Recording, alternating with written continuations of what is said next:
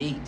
He's the only one, being the majority of the Senate. He's the only one that can bring it to the floor. Nothing can come to the floor unless Mitch McConnell brings it. Right. So I want to ask you, Mr. Lee Cecil, why is it Mitch McConnell bringing it to the floor for vote?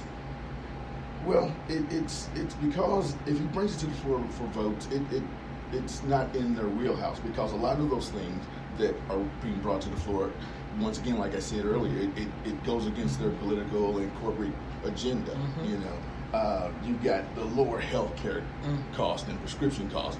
That's the biggest one right there. That's right. You know, they pour billions into that machine.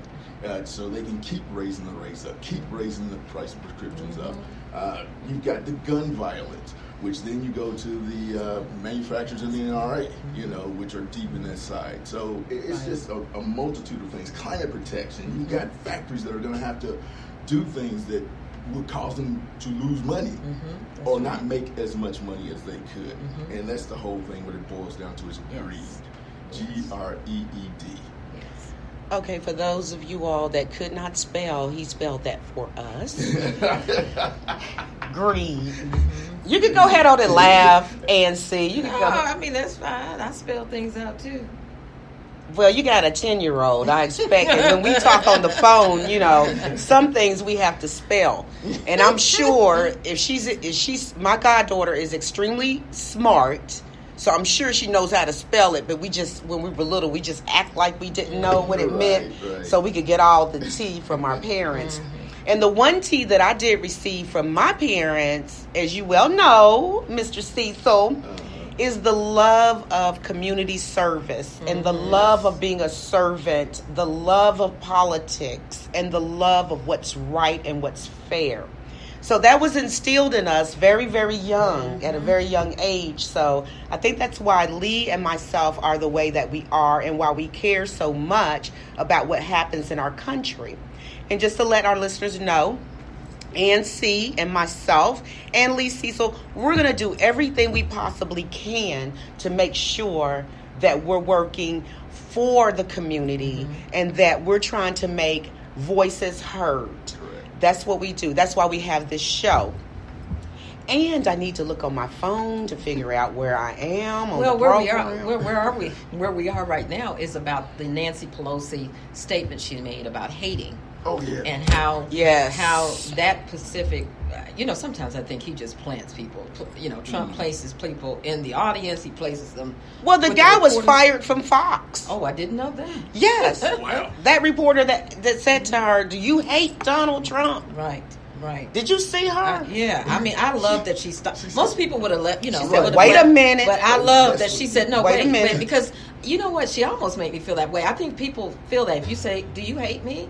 You try to say, no, hate is a strong word, because the next level is murder. Right. That's what my grandmother said. If you hate someone, then you're willing to either hurt them or kill them. So don't ever hate someone. So for her to stop and say, I was not raised that way, that's not what I'm about, I love that. And it kind of shut him down. He couldn't really say anything.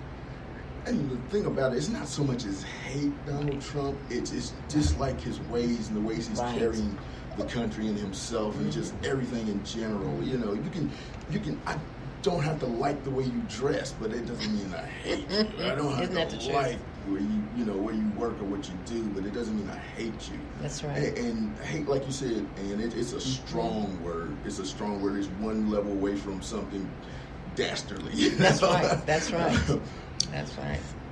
I feel like this. I do believe her when she said that she actually does not hate anyone, because like what you said, Nancy, that is most definitely a very, very strong word to use, hate. However, can we just honestly say this? We have a strong distaste of him. We have a strong thought of him, because I do believe that man is evil. Yeah, he is. I don't even understand how the evangelicals, I mean, there used to be a time when people said they were evangelical or they were Christian, that there was some modicum of respect to that. That's right. Because of this administration and these evangelicals, and I read an article that said, hey, Christian evangelical, you know the word, evangelicals, Trump has bewitched you. Ooh, that's a word. I read the entire article. That's a word. And it's by a Christian pastor. I read the entire article, and he was talking about in there, he was breaking things down to show you how can you possibly even be for this man, because when we go by scripture, Right. okay, he's against everything in the Bible. Oh my Right, God. right. Like, we can Yes. forgive you, but he is a narcissist. He has no forgiveness No, in his he heart. doesn't. Yes, his moral compass is way off. And could you imagine being someone who's struggling with your spirituality, trying to find a way, trying to decide if you're going to go towards God or some sort of faith, and looking at this and seeing how these people are backing a man who just is clearly, by any standard, not set right morally? You know, could you imagine? It's like, well, what the heck is it about then? You know, why would I follow a faith that would get behind something like this? You know? In that article, you guys should most definitely read it. It's in ChristianPost.com and also in ChristianNews.com. And he's also talking about that. He's talking about now the Trump administration has actually put this mark upon Christians, and that people are most definitely turning away from the faith in droves. So, you know, that's another X of all the other X's that we have on a daily basis. I'm exhausted. Yeah. I'm exhausted, but I'm scared to not know what's going on. Right. It is frightening. It's very terrifying what's going to happen next, because you just, the things that have transpired over the last 3 years have been surreal, you know? Like, how is this possible? How is it possible for a person in the highest office in the world to tell 6,000 lies? And that's okay. 6,000 lies in what, a day? Yeah, right. Just about. Someone counted up that he has basically he's stated or said or whatever, over 6,000 lies since he's been. Actually, it's over 13,000. Oh, it's over 13,000. Yeah. Doubled up. Yeah. Okay, so. And in one day last week, he told 40 lies in one day. Wow. And, you know, even for those that listen to us that may not be of the Christian faith, you know, we still love you. However, you know, I do read the Bible, and the Bible does say that if you're a liar, you know, the Satan, the devil, is the father of lies, and actually is saying that's your daddy. You gonna lie like that? That's your father. So you do it, like we in church. Preach, girl, preach. Well. So when this impeachment inquiry and Nancy Pelosi has told the chairman, that would be Jerry Nadler, Congressman Nadler, who is the chairman of the Justice Committee, to draw up the impeachment papers. And Nancy, she got a lot of power. She does. Okay, she is powerful. Yes, she is. They're going to draw up those papers. They're going to vote for it. And the day before they vote, ladies and gentlemen, I want to make sure that you're going on moveon.org, sign up. Yes. I will be the lead here in Louisville, Kentucky for No One is Above the Law rally. And all across the country, we had 300 rallies signed up thus far. We don't know the exact date, but it will be the day before they actually do the vote. So please come out. Please come out. Sometimes it's embarrassing to me that we are in United States of America, and Hong Kong is not. They were in jeopardy of their democracy, and they were out there like millions every day. Wow. They didn't take a day off. Right. I don't see anybody in the streets. Right. So the only way that they're going to understand, and the only way that any laws, anything has ever gone through and it's been done, is because the people get out in the streets and they protest and they let them know. Call your senators right now and tell them, we don't like what's going on. You do have a voice. Don't ever feel like you don't have a voice.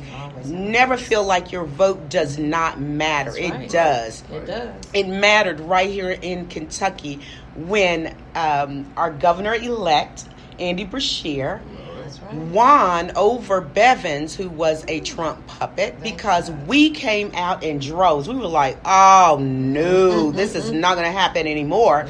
So we got Andy elected, and I like to say that we're going to be at the governor's inaugural ball on Tuesday. Yes, we will. I'm glad I didn't get that Tupac tattoo on me, because my mom said one day you might go to the presidential inaugural ball. What are you going to do? Got all these tattoos on you, all tatted up. I'm glad I listened to Mama on that one. So what's the business of the week this week? Well, it's one of our favorite businesses in the world. In the Jarvis world. Family Medical Services, located at 912 Lily Creek Road here in Louisville, Kentucky. Carla Jarvis is an excellent nurse practitioner, and she offers not just quality medical care, she also offers wonderful services that you use, right, Kimberly? Yes, I do. The IV hydration. Yes, I have been pumped for a week now, just from that one IV, and I'm going to go back, I think, in the next week and get another one. It's only like, she's got the $25 one, Right. the $100 one, She's got a $50 one too. the $50 one. It's very economical, I love and it. it just fills your whole body It with does. vitamins and nutrients and everything. Otherwise, I would not have been here today. And you can reach her at jarvisfamilymedicalservices.com to set up your appointment or to ask any questions. She's always so open to offering anything that you need to know about healthcare. Dude, that's your nickname. I love you, brother. Little brother at that. Remember who's the oldest. And we're going to have you back on the show because we love your point of view. We love everything about you and your beautiful wife, my sister-in-law. So just thank you today for coming out. Thanks for having me. Thanks for having me. Thanks for tuning in to the Jones Report. Join us every Sunday at 11 a.m. for news and information you can use. Please like us on Facebook and follow us on Twitter at Report Jones. I feel like I was going to get the first time. You can really see